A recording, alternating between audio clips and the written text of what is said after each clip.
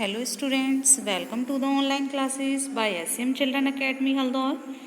Today I will teach class 10th Hindi काव्य हिंदी व्याकरण lesson 3 and the topic is पद परिचय और जिसका हम क्या पढ़ने जा रहे हैं, पार्ट 1 पढ़ने जा रहे हैं. इससे बिफोर आई थिंक मैं ये सोचती हूँ कि आपने ये टॉपिक नहीं पढ़ा होगा, तो इस टॉपिक को जानने के लिए मोस्ट इम्पॉर्टेंट टॉपिक है और काफ़ी हार्ड भी है ये टॉपिक. इस इम्पॉर्टेंट को अच्छी तरह से पढ़ें, सुने और समझें और सेंटेंस को खुद करने की कोशिश करें. पद परिचय लेसन नंबर 3 पद परिचय. शब्द. सबसे पहले हम क्या जानते हैं, शब्दों के बारे में जानते हैं कि वर्णों के मेल से बने शब्द क्या कहलाते हैं. वर्णों के मेल से बने यानी वर्णों का जो मेल होता है उससे क्या बनते हैं, शब्द बनते हैं. तो शब्द क्या होते हैं, शब्द भाषा की अर्थवान यानी वे क्या होते हैं, उनका कोई ना कोई अर्थ होता है. तो वाक्य में प्रयुक्त शब्द पद हैं. जब इन शब्दों को हम क्या कर देते हैं, वाक्य में लगा देते हैं, वाक्य में प्रयोग कर देते हैं इन शब्दों का, तब वे क्या बन जाते हैं, पद बन जाते हैं. वाक्य में आए पदों का विस्तृत व्याकरणिक परिचय प्रस्तुत करना ही पद परिचय कहलाता है. और वाक्य में आए पद यानी जो शब्द हैं उनका व्याकरणिक परिचय यानी व्याकरण से उनका क्या संबंध है, व्याकरण के कौन कौन से नियम उनमें लागू होते हैं, वे सब यानी उनको प्रस्तुत करना, प्रत्येक पद को अलग अलग बताना क्या कहलाता है, पद परिचय कहलाता है. पद परिचय देने के लिए शब्दों के भेद, उपभेद, लिंग, वचन, कारक आदि का भी परिचय देना होता है. यानी उन शब्दों में हमें ये भी बताना पड़ता है कि शब्दों का कौन सा भेद है, कि वहाँ पर संज्ञा है, सर्वनाम है वो शब्द, क्रिया है, क्रिया विशेषण है, विस्मय आदि बोधक है या अन्य है. उपभेद भी बताना होता है कि उसका कौन सा उपभेद है. लिंग पता ना होता है कि स्त्रीलिंग है, पुल्लिंग है, नपुंसकलिंग है, वचन है, एक वचन है या बहुवचन है आदि का भी परिचय देना होता है. तो पद परिचय में निम्नलिखित बातें बताई जाती हैं. नंबर 1 संज्ञा यानी हमें वहाँ पर जो शब्द है हमारा वो हमारा संज्ञा भी हो सकता है.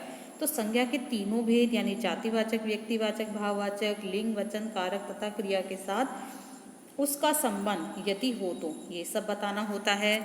नेक्स्ट हमारा क्या होता है, सर्वनाम. सर्वनाम के भेद पुरुषवाचक, निश्चयवाचक, अनिश्चयवाचक, संबंधवाचक, प्रश्नवाचक, पुरुष, लिंग, वचन, कारक तथा क्रिया के साथ उसका संबंध. नेक्स्ट आता है हमारा थर्ड विशेषण. विशेषण के भी भेद गुणवाचक, परिमाणवाचक, संख्यावाचक, सार्वनामिक, लिंग, वचन, विशेष्य जिसकी विशेषता बता रहा है. नंबर 4 क्रिया भेद अकर्मक, सकर्मक, प्रेरणार्थक, समस्त, संयुक्त, नामिक, पूर्वकालिक, मिश्र आदि. लिंग, वचन, पुरुष, धातु, काल, वाच्य, प्रयोग, कर्तव्य, कर्म का संकेत. नेक्स्ट आता है क्रिया विशेषण. उसके भेद जैसे क्रिया विशेषण के कौन कौन से भेद होते हैं, रीतिवाचक, स्थानवाचक, कालवाचक, परिमाणवाचक तथा उस क्रिया का उल्लेख जिसकी विशेषता बता रहा है. नेक्स्ट आता है समुच्चय बोधक. भेद समानाधिकरण या व्यधिकरण, जिन शब्दों, पदों, वाक्यों को मिला रहा है उनका उल्लेख.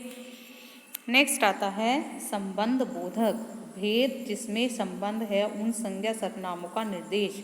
और नेक्स्ट आता है हमारा विस्मय आदि बोधक. भेद तथा कौन सा भाव प्रकट कर रहा, यानी हमारे जो शब्द हैं वो इन 8 में से ही कोई ना कोई होगा. या तो हमारा शब्द क्रिया हो सकता है, क्रिया विशेषण हो सकता है, समुच्चय बोधक हो सकता है, कोई भी हो सकता है इनमें से. तो हमें इनका विस्तार पूर्वक क्या करना होगा, सबसे पहले अध्ययन करना होगा. उसके बाद ही हम वाक्य में प्रयुक्त पदों का परिचय दे सकते हैं. आगे देखिए, पद परिचय से पूर्व सभी पदों का संक्षिप्त परिचय अपेक्षित है यानी जानना बहुत ज़रूरी है. अब एक हमारा भेद आते हैं कि शब्द कैसे होते हैं. शब्द हमारे विकारी होते हैं और अविकारी होते हैं. अब हम ये देखेंगे कि विकारी शब्दों में कौन कौन आता है. संज्ञा, सर्वनाम, विशेषण तथा क्रिया शब्द कैसे कहे जाते हैं, विकारी कहे जाते हैं क्योंकि इनके वाक्य में प्रयुक्त होने वाले विभिन्न रूप मिलते हैं. नंबर 1 देखते हैं संज्ञा. आज हम क्या पढ़ेंगे, संज्ञा के भेदों के बारे में जानेंगे और वाक्य में किस तरह से संज्ञा का प्रयोग होता है, उन्हें उनका पद परिचय करने के लिए हमें क्या क्या करना पड़ता है। नंबर 1, हरीश का घर दिल्ली में है। अब संज्ञा किसे कहते हैं? संज्ञा क्या होता है? किसी व्यक्ति, वस्तु, स्थान, स्थिति, गुण अथवा भाव के नाम का बोध कराने वाले शब्दों को संज्ञा कहते हैं। ये तो आप स्टार्टिंग से पढ़ते ही जा रहे हैं और इसको पहचानना भी बहुत आसान होता है कि किसी व्यक्ति के बारे में बात की जा रही है, किसी वस्तु के बारे में बात की जा रही है, स्थान, स्थिति, गुण अथवा भाव के बारे में बात की जा रही है, तो वे सब शब्द क्या होंगे? हमारे संज्ञा होंगे। नंबर 1, हरीश का घर दिल्ली में है। नंबर 2, मदन घोड़े की सवारी कर रहा है। नंबर 3, लखनऊ गोमती के किनारे पर बसा हुआ है। क्रोध मनुष्य को पागल बना देता है। बुढ़ापा सभी रोगों का घर है और ईमानदारी बहुत ही महत्वपूर्ण गुण है। इन वाक्यों में हरीश और मदन क्या हैं? व्यक्तियों के नाम, दिल्ली तथा लखनऊ शहरों के, गोमती नदी का नाम है, घोड़ा तथा मनुष्य जानवर तथा आदमियों की जाति विशेष बताने वाले शब्द हैं। क्रोध भाव विशेष का नाम है, बुढ़ापा अवस्था को बता रहा है तथा ईमानदारी गुण बताने वाला शब्द है। वस्तुतः ये सभी शब्द किसी न किसी के नाम को बता रहे हैं। व्याकरण में जो शब्द किसी के नाम को बताते हैं वे क्या कहलाते हैं? संज्ञा कहलाते हैं।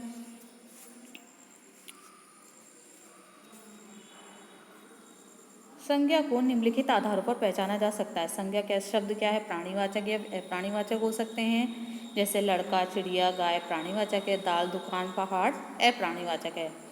सेब शब्द गणनीय या अगणनीय हो सकता है, जैसे सेब, लड़का आदि गणनीय संज्ञाएं हैं, जबकि पानी, हवा, क्रोध आदि अगणनीय है।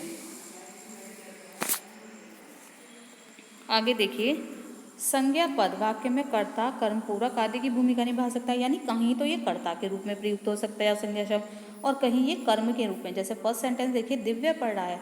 इस सेंटेंस में जो दिव्य शब्द है ये क्या है? संज्ञा है, तो ये यहाँ ये कर्ता के रूप में प्रयुक्त हो रहा है। नेक्स्ट है, उसने राम को पढ़ाया, तो यहाँ पर राम को ये क्या शब्द है? ये कर्म के रूप में प्रयुक्त है और क्या है? ये संज्ञा शब्द है। संज्ञा पद के बाद परसर्ग आ सकते हैं, जैसे परसर क्या होते हैं? जो हमारे कारक चिन्ह होते हैं वे हमारे परसर कहलाते हैं, जैसे कर्ता ने, कर्म को, करण से। तो इस तरह से देखिए, अलमारी में, यानी संज्ञा के बाद हमारे जो चिन्ह होते हैं परसर चिन्ह वे भी आ सकते हैं। मेज पर, घर का। संज्ञा के पहले विशेषण का प्रयोग हो सकता है, जैसे लंबा लड़का, छोटी गेंद, सफ़ेद ताजमहल, काला जूता आदि। नेक्स्ट देखिए, संज्ञा भेद तथा प्रभेद। संज्ञा शब्दों से प्राय किसी व्यक्ति, जाति या भाव के नाम का बोध होता है, इसलिए संज्ञा के 3 प्रमुख भेद किए जाते हैं। नंबर 1 है व्यक्तिवाचक, नंबर 2 है जातिवाचक और नंबर 3 है भाववाचक। व्यक्तिवाचक संज्ञा में जो शब्द संज्ञा किसी एक विशेष व्यक्ति, प्राणी, वस्तु या स्थान का बोध कराए उन्हें व्यक्तिवाचक संज्ञा कहते हैं। जैसे मनुष्यों के नाम इसके अंतर्गत आते हैं, प्राणियों के नाम, वस्तुओं के नाम और स्थानों के नाम इसके अंतर्गत आते हैं। जैसे शीला, मदन, उर्मिला, गीता मनुष्यों के नाम है, ऐरावत हाथी का नाम है, कामधेनु गाय का नाम है, गांडीव धनुष का नाम है, हल्दी मसाले का नाम है, भारत, लखनऊ, दिल्ली, आगरा, जर्मनी ये सब क्या है? स्थानों के नाम हैं। तो ये सब किसके अंतर्गत आएंगे? हमारे व्यक्तिवाचक संज्ञा के अंतर्गत आएंगे। नेक्स्ट देखिए, जातिवाचक संज्ञा। प्रत्येक व्यक्ति किसी न किसी जाति का सदस्य होता है, जैसे दिल्ली, आगरा आदि नगर हैं। ये सब क्या है? दिल्ली और आगरा अगर कहे जाएं, अगर इनके नाम लिए जाएं तो ये तब के किसके अंतर्गत आएंगे? व्यक्तिवाचक। और अगर यहाँ पर नगर शब्द प्रयुक्त किया जाए तब ये जातिवाचक संज्ञा के अंतर्गत आएंगे। कामधेनु ऐरावत जानवर है, शीला, मदन मनुष्य हैं, गंगा, यमुना, गोमती नदियाँ हैं। इस प्रकार नगर, जानवर, मनुष्य, नदी आदि शब्द किसी जाति विशेष का बोध कराते हैं। तो ये सब किसके अंतर्गत आएंगे? जब भी किसी जाति का बोध कराएंगे, जातिवाचक संज्ञा के अंतर्गत आएंगे।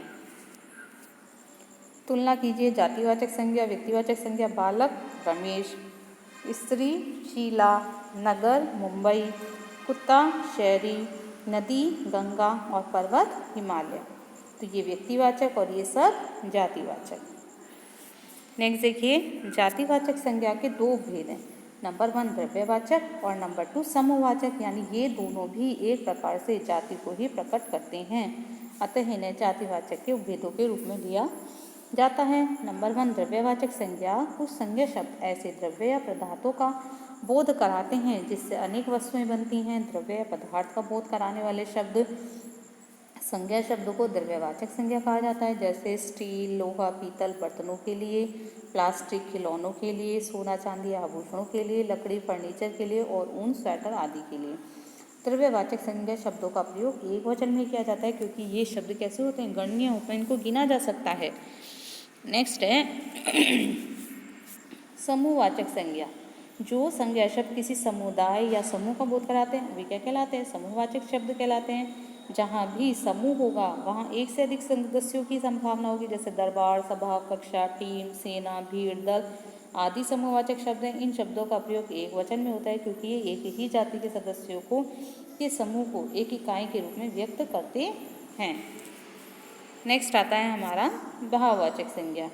जिन संज्ञा शब्दों से किसी व्यक्ति या वस्तु के गुण, धर्म, दोष, शील, स्वभाव, अवस्था, भाव, संकल्पना आदि का बोध होता है वे भाववाचक, यानी भावों को भाववाचक संज्ञा के अंतर्गत रखा गया है। ये सभी अमूर्त संकल्पना व्यक्त करने वाले शब्द होते हैं, जैसे ऊंचाई, नीचाई, क्रोध, भय, प्रेम, बचपन, यौवन, बुढ़ापा, मोटापा, बेईमानी, प्यार, सुंदरता, प्रार्थना, चतुराई आदि। तो इस प्रकार से आज हमने क्या पढ़ा, संज्ञा के भेद और प्रभेद पढ़े हैं। अब हम इसके बाद क्या क्या चीज़ें पद परिचय के अंतर्गत सम्मिलित होती हैं, यानी 1 बाय 1 सभी का संक्षिप्त विवरण पढ़ेंगे और उसके बाद हम क्या करेंगे, सेंटेंस को करने का कार्य करेंगे। Thank you students.